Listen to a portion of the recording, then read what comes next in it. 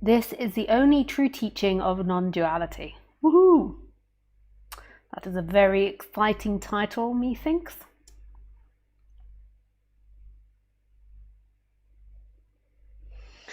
So first of all, before we begin with the title, I'm just going to do a recap as to what non-duality is.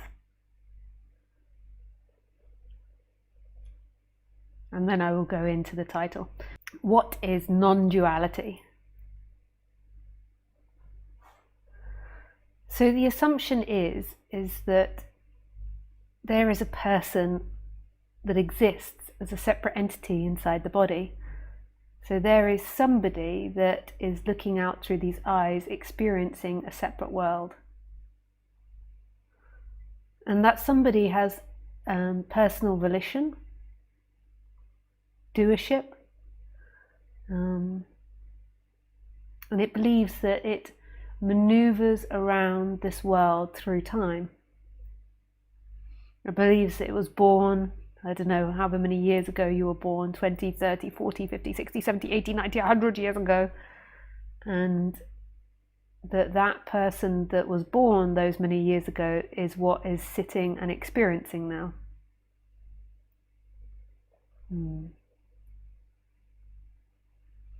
So there is a sense that there is somebody experiencing this that is time bound.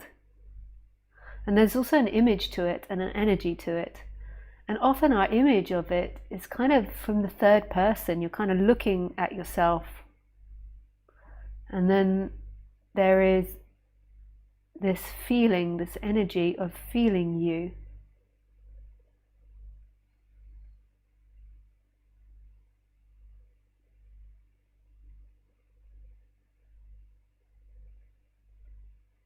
So this feeling like that I am something solid. Whereas non-duality suggests that what is looking, what is experiencing now is boundless, is spaceless, and is timeless. It's not identified with one thing in particular, and yet is all things. And it's always present. Life can't happen without it.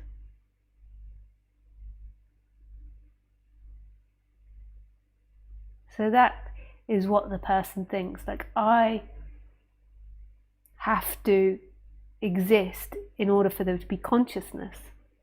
But it's actually the other way around. There is consciousness, and in that the person is appearing and disappearing.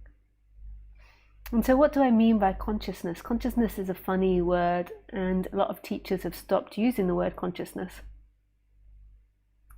Consciousness is not a personal thing, it's not personal awareness. So it's nothing that can be seen. So if you think you see consciousness, you're actually seeing personal awareness. It's like the eye believing it can see itself, like the physical eye. Consciousness cannot see itself, but yet it sees. And consciousness isn't a thing, so this is why teachers begin to stop talking about it, because it's not a thing that is something.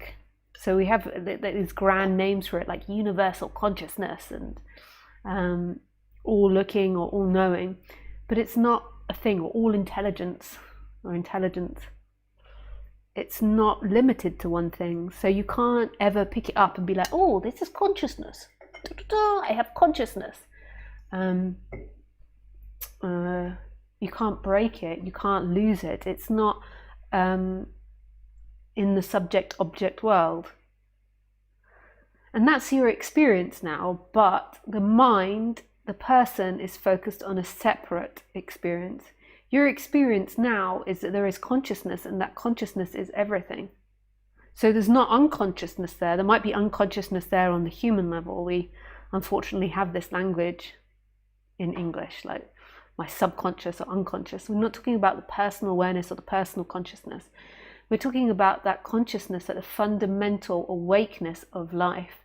So it's like we say, you are knocked out, and that is unconscious. And we're talking about the consciousness that comes with being awake. It's actually there when you're knocked out, but there's just no things present in order to it to be conscious of, so it has no memory of anything. But we just say that for you to get a cognitive sense of it. So there is consciousness, and there has to be consciousness in every experience. You can't have an experience without consciousness, otherwise it would not exist. So it's back to that famous quote in Zen Buddhism where it says, if a tree falls in the middle of the forest and there's no one there to hear it, doesn't make a sound.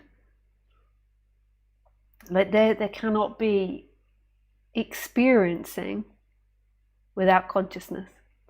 But you could say the experiencing and consciousness are one and the same thing.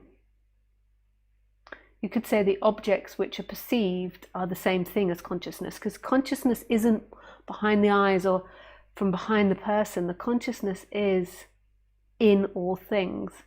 It is all things.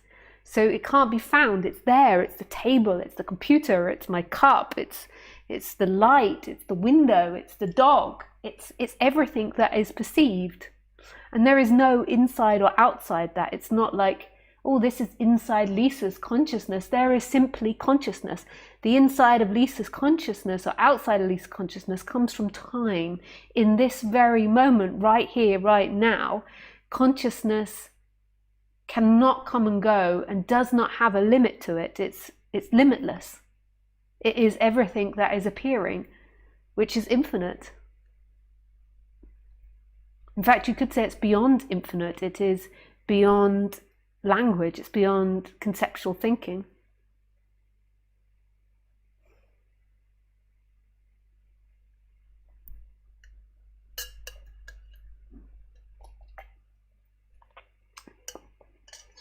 What happens in the person is because the person is so fixated on itself and on what it can and can't get and what it wants and what it doesn't want, or on the other person even, because it's so fixated on the human realm of thinking and the human world, it's like got this narrow focus, and then that is uncomfortable, and there is something called seeking created. This dynamic of seeking to make that discomfort feel better. But if we go back to what you are, that which you are is always there in the seeking, in the discomfort of the person. When the person is completely identified with subject, object, with things, there's always consciousness. Like, look, there is things appearing, so therefore there's consciousness. Tick. And that consciousness is not limited. That consciousness is not belonging inside the body. It's the idea that says my consciousness belongs inside my body. The consciousness is everywhere already, inherently. Like the mind says it's inside my body and it finishes somewhere. But when you really meditate on it, where does it finish? Does it finish here, here, here, in my face, in my nose, in the sofa? So there is your consciousness that ends there, and then there is what? And then I perceive this sofa and Lisa. How can that be true? I must be appearing in, we could say, your consciousness, but your consciousness is not a personal phenomena. This is majestic. This is fantastic.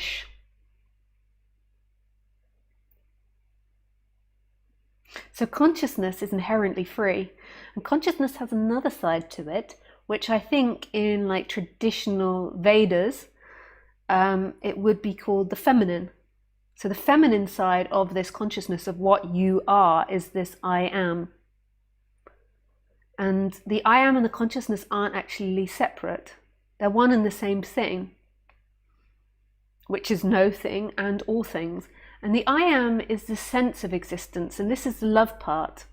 So you could say that like the consciousness is like emptiness, is wisdom, and the love part is the I am. So Nisargadatta Maharaj says, or said, or is quoted to say, to know I am nothing is wisdom, which to me is the consciousness. And to know I am is love, and in between my life resides. Which I think is really beautiful, because what he's pointing to is like consciousness is kind of the non-manifest, and the I am is the manifest, and the body is kind of the portal between these two worlds. The body, like the creation of the body and looking through these bodies, is like the portal. I kind of think it's really beautiful and profound, but all of that is imaginary, and that's not actually it, but it kind of gives you tastes of something that is beyond your conceptual thinking. And this I am is this sense of being. So my friend said to my mum one time, like, I don't speak to my mum about non-duality, very rarely, but my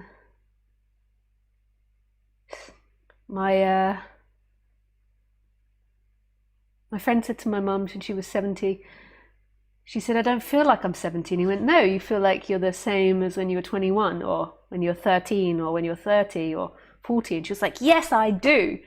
And he said, it's just your thoughts and your feelings and your ideas and your body which has changed, but your essence, your sense of you, that sense of being, is like ageless and timeless. And she was like, yes, and she really like got into it and got it. And it's not like, because it goes so quickly, and I am something, like I am good, I am bad, I am right or wrong, that can't be perceived. But the I am, which is prior to all that, this sense of this is, rather than this isn't, although this also isn't, but this sense of existence is love. It's everything. It's love, and you can kind of feel it. Ramana Maharshi used to say it appears in the left side of the heart, like it is connected to the chakra of the heart, but it is actually everywhere. Just like it feels like the consciousness is looking through the eyes, so it feels like it's coming from a perspective, like it doesn't feel like it's coming from the clock on the wall. The I am kind of feels like it's in the heart, but really it's everywhere in all things. When you explore it, you realize I am is everywhere. Like my sense of being, prior to the idea of me, prior to my character, my personality, my feelings, my thoughts, is in all things. And that empty looking is in all things.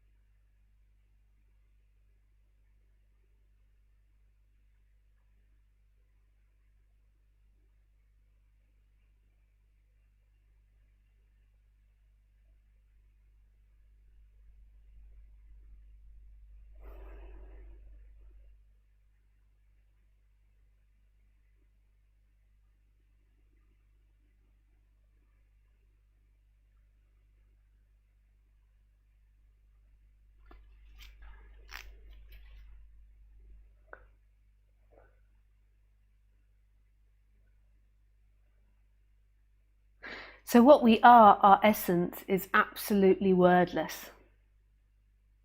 Absolutely. Like there isn't words that can be put onto it. There isn't feelings that can be put onto it. Even though we say love, it's not conditioned love. When you fall in love and when you love something, there is a sense of the I am, because what happens in that is the seeking falls away, so it kind of springs forward. So we do know that I am, but we muddle it up with the endorphins and the pleasure that are released when falling in love with something or loving something. But there is this sense of it, because in that moment the seeking stops. Like when you find something you love, you don't want to move on to the next thing. You're like, oh, it suddenly brings this moment back to life, which is what you are. When there is identification with the person, like complete identification, there needs to be some form of identification with the person, otherwise there would most probably be some form of physical death, like, or like institutionalization, unless I'm misunderstanding that part. So there needs to be some sort of like anchoring in some way.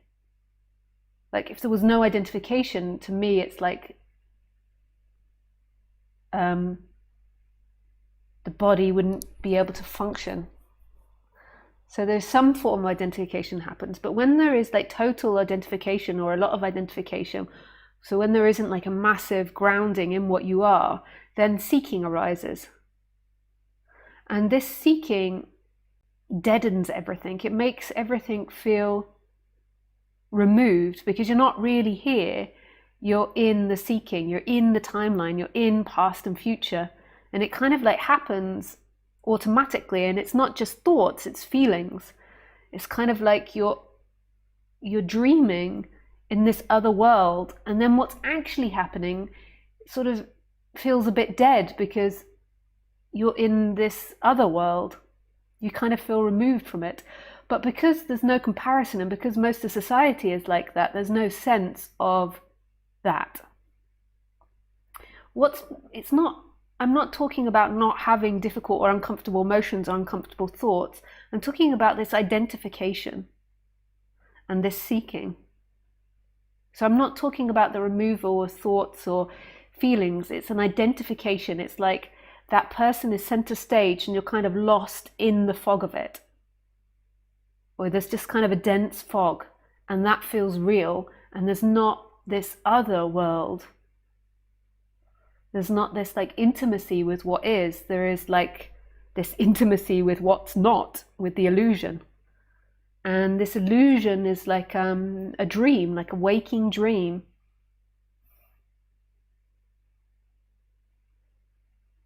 And it becomes very real. Like super real. Like it feels absolutely real.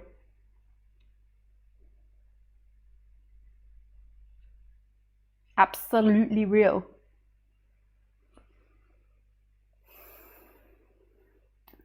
And it's not like from that perspective you can kind of get non-duality. It's like from that perspective there just isn't a sense of it. In the dualistic world, yeah, non-duality is there because non-duality is everything, but everything is separate. Everything is subject-object based. So what does this teaching mean, and how does it, or what does it give to you as a person, as an individual? In one way you could say this has nothing for the individual. This is really not about the individual. This is about a calling of something that's different from the individual. And it doesn't seem like all of humanity have that calling. It seems like there is a select few that have this calling. It's like it's spoken about and there is a knowing of it. I don't know why that is.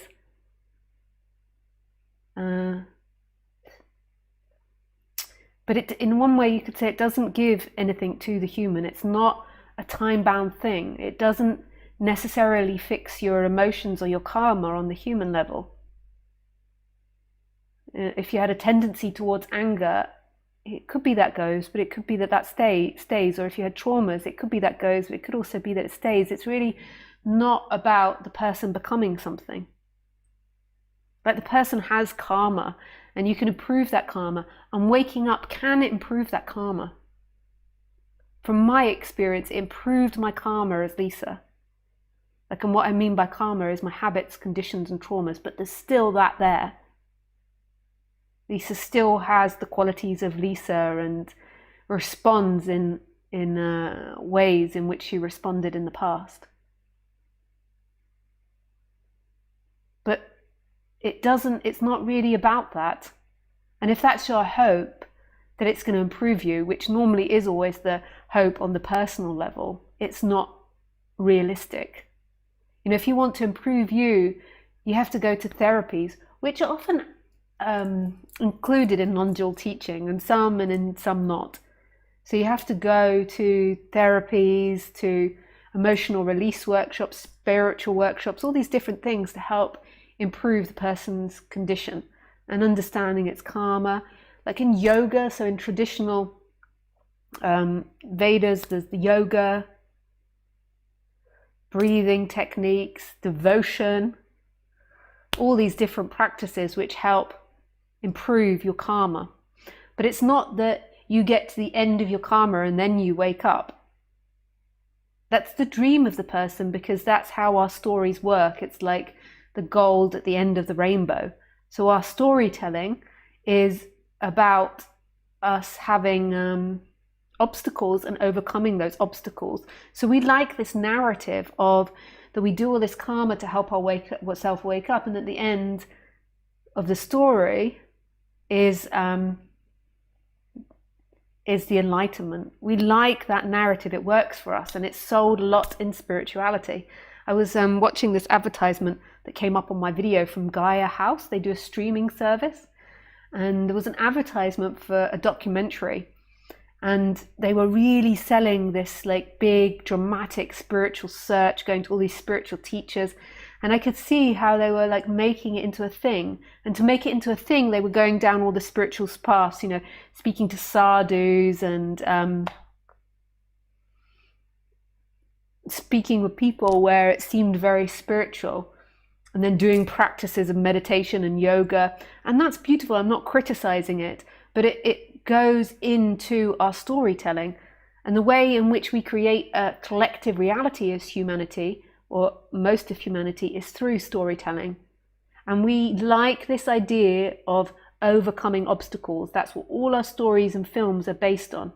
If you don't have that, it normally won't be published, because that's what interests us, like how we overcome obstacles. We listen to these stories and we learn from them, we overcome and we overcome and we overcome. Sometimes the obstacles can take us down. We're also interested in that as well. But that's what we're interested in, is obstacles and how the person deals with it.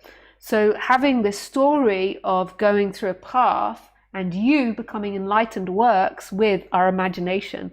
But that's not non-duality. That's imagination. And this imagination of what a spiritual person looks like, first of all, in this video that I watched by Gaia House, and if I could have commented on the video, I would have, but it was an advertisement, so I couldn't. First of all, most of the people speaking in that trailer were men, and men that look spiritual, or men that look very professional, like a professor at a university. So that is a very traditional image of what spirituality is to us. This male figure, long beard, older maybe, looking a particular way. So in no way in this documentary did they confront our stereotypical idea of how knowledge or wisdom is passed on.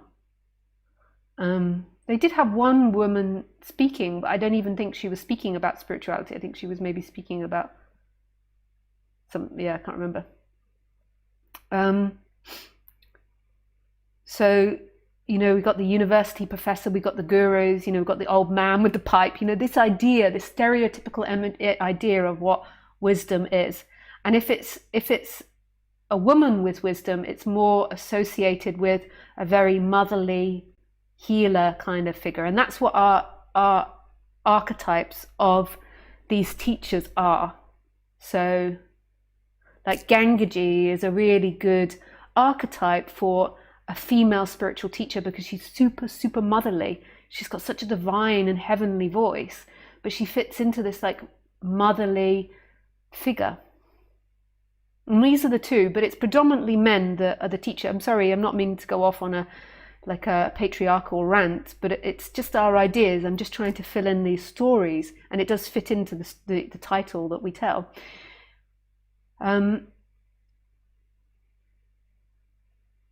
So we've got these archetypes, and when we're writing stories, so I'm a story writer, it's easier for us to have these archetypes in the stories, because to confront it is a whole story in itself. So it's easier to go with these archetypes that we already know. So that's why often these stories. So if we think of like Harry Potter, for example, the spiritual teacher definitely in that is Dumbledore. So he's got the long beard, and he's got this sense of like going beyond, something ethereal, this leadership quality, this like righteousness, this goodness to him. He's like the head of Dumbledore School. He's like a professor. I can't remember what he teaches or used to teach at Hogwarts. I love it how English Harry Potter sounds. Hogwarts, that's so English. Dumbledore. Harry Potter.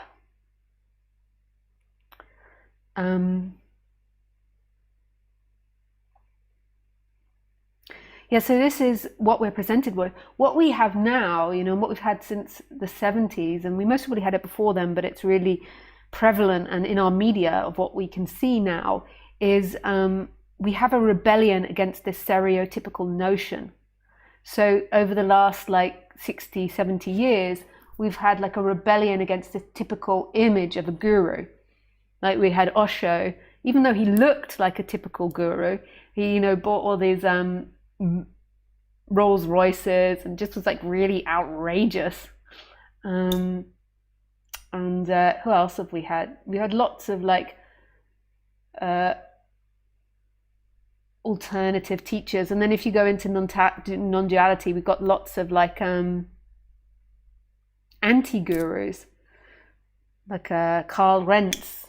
I mean, not saying that he's anti-guru, but it's like this anti-guru figure.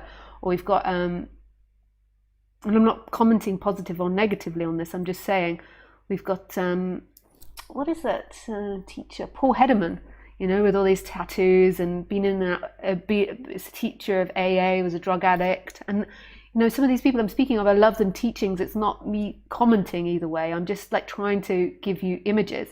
And you've got me, that's an anti-guru, I presume. But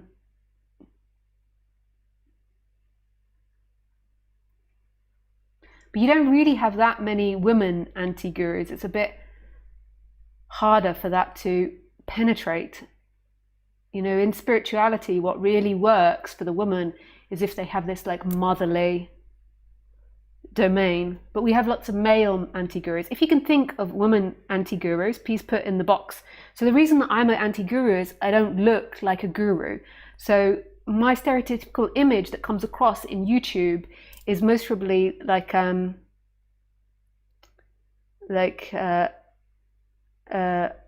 woman that's very materialistic and does her nails and likes expensive clothes. But that's what comes across on YouTube. If you actually see me in person, you realize that I'm a bit of a hippie. But maybe that comes across in YouTube. I think it doesn't, you know. You see my face on YouTube and it's like this blonde woman with makeup on, and you can't really see what I'm wearing, and I look very feminine. And that's an anti-guru because I'm not very motherly. I also have accidents, like last week, I'm sure a lot of you saw, I forgot to put the beginning sequence on, and I thought I wasn't live, and I was sitting there just, you know, sharing it and doing all the technical stuff before I go live, and I sat there and did like a massive burp. Now to me, I thought, well, that's not that bad. It could have been a lot worse, you know. I could have gone for a bogey or scratched my ass or pulled up my boobies or something, you know. I could have been a lot more embarrassing things I did. I was like, oh, it was a burp, air passing through my vocal box. Yeah.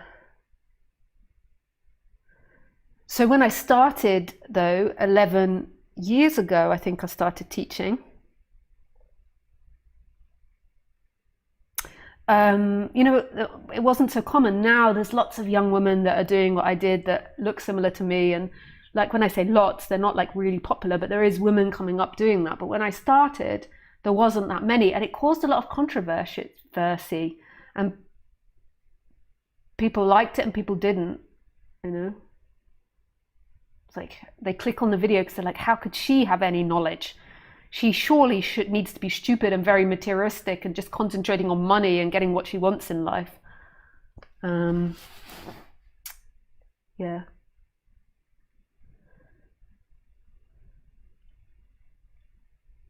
But it doesn't matter. Like ultimately, it doesn't matter what the teacher looks like or what character it comes through. I don't even know if it matters what the energy of the person is, if the person has had awakening or not awakening.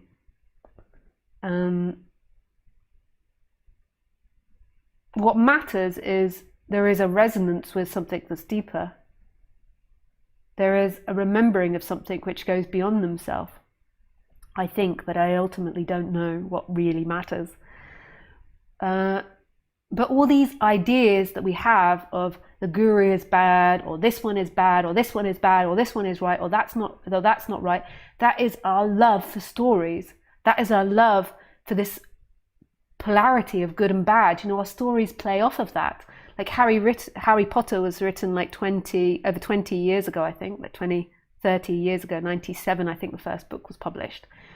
So, and what it succeeds off is the hero's tale of this. Harry is a representation of good, and Voldemort is a representation of bad. And it's the most popular book, I think, in the world ever. It's so popular, it's so ingrained in us to be involved in this story of good and bad. We love it. And it also depends on the way that our parents taught us. And, you know, we got the Amber Heard and Johnny Depp story, which is covering the news. And I find that a lot of people are very fascinated in it because, again, it's like, who is the good one and who is the bad one? I need to know which is which. I need to know which one is true and which one is a lie. And there is like lots of identification and movement towards that. And it's so juicy for this mind. But it's not,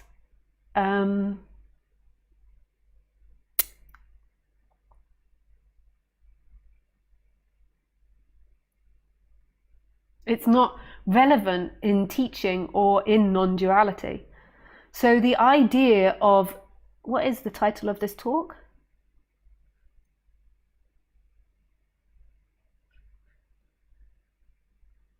This is the only true teaching of non-duality, is crazy, because non-duality cannot be contained in a teaching. What you could say is every teaching of non-duality doesn't get non-duality. So if you were really going to go for something, you could say no teaching actually grasps non-duality. It cannot. Words cannot talk about the wordless or the timeless or non-duality. So any teaching of non-duality in a way can never be correct. So the idea that people have of that I'm with the right teacher, or that this is the true teaching, this is the ultimate teaching, and all other teachers are fakes or frauds or leading you astray, is back to Harry Potter. You're in the Harry Potter world. It's just a fantasy. It's your heartbreak, you know, it's your injury from childhood. What is beyond that? So there it is, playing out this urge, this want for right or wrong. My personality character can have that, you know. It's fascinated by what's true. You know, I like murder mysteries. I enjoy Harry Potter, I enjoy stories, but it's not non-duality. That's in the human world. It's in the human world. It's in what we've made up and what we've deemed as important. Khaleesi, my beautiful sidekick, I just show you her so you can see that she's still alive. She doesn't feature in the videos very often anymore. There she is. So Khaleesi, can I just ask you a question, Khaleesi? I will give you a piece of chick afterwards, if you can answer this correctly. Do you care about what's good or bad if it involves chick? Do you care about what's good and bad? Do you care about whether it's fair that you get to be fed and pampered like a queen, and Lisa's to go out and earn all the money? Oh, I can't think of things that are good and bad in the dog world. Like for Khaleesi, she you know, when she's killing a chicken, she killed some in Thailand, you know, the chickens run around free, and she killed some. You know, she didn't kill it fairly. She didn't kill it and put it out of its pain quickly. She played with it. She rolled on it. You know, she killed it. You know, when I caught her and when I saw her doing that, you know, I tried to stop it. It's not like I sat there and was like, oh yeah, Khaleesi, be really evil. But she has no sense of that, because she doesn't have this opposite thinking of what good and bad is. Everything just is free without concept. And that's non-duality, but it cannot be spoken of. Any speaking of it loses it.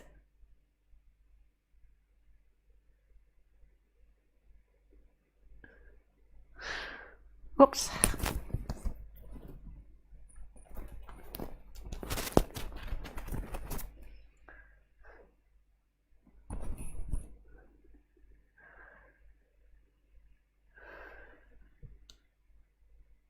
So the person wants to know what is true, what is right and wrong, who is guilty, who isn't guilty. The person wants to know that. It's fascinating.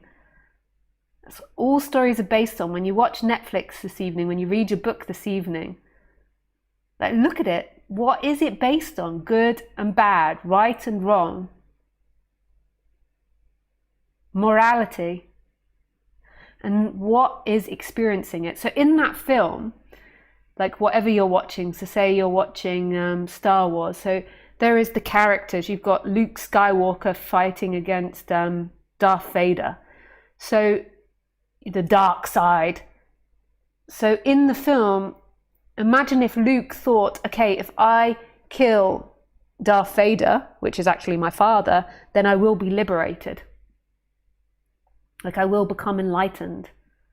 I will find enlightenment. But enlightenment isn't what the characters do in the film. So Luke wants to find out his source. Enlightenment is the light which is creating the film. So if you imagine it like an old-fashioned projector that is like going through pictures and creating the projection on the screen. So it's the actual light which is the freedom. So the character is convinced that like doing these actions of killing the dark side, which is exactly the same as what we do in Nonduality, like killing our karma, killing any negative emotions, and then we will become peaceful and free of all the darkness. So Luke feels like if he kills the dark side, he will then become free. His character will be liberating the film, but that speaks nothing about what's actually making up that film, which is the light. It speaks nothing of it. He just will become more liberated in the film, which is fantastic. His life will improve. Unless Disney decides it wants to make lots of second, third, fourth, fifth, sixth, seven, 8 episodes, and then it has to keep fighting the darkness.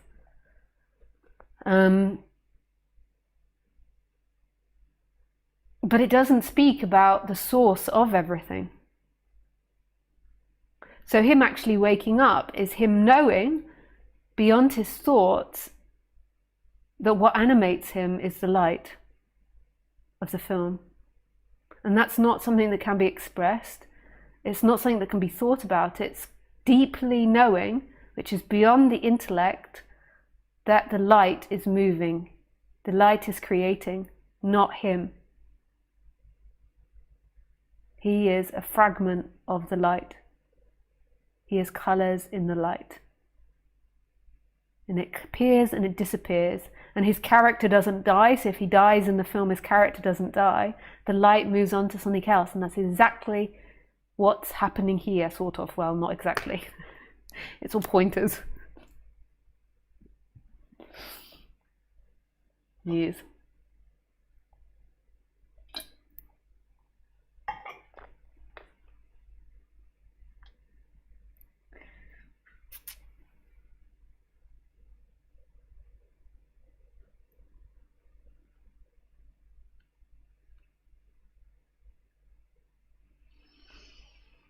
Okay, so if you want to ask any questions, then my Skype address is Lisa Cairns 12. So you can add me on Skype. The information is in the box below about my Skype address, and you can ask questions. Once I've finished with the questions on Skype, then I will go to YouTube live chat. If you want to call in, please put call me with nothing else after so I can see that and respond appropriately. And I will call you, don't call me. I will call you when I'm ready.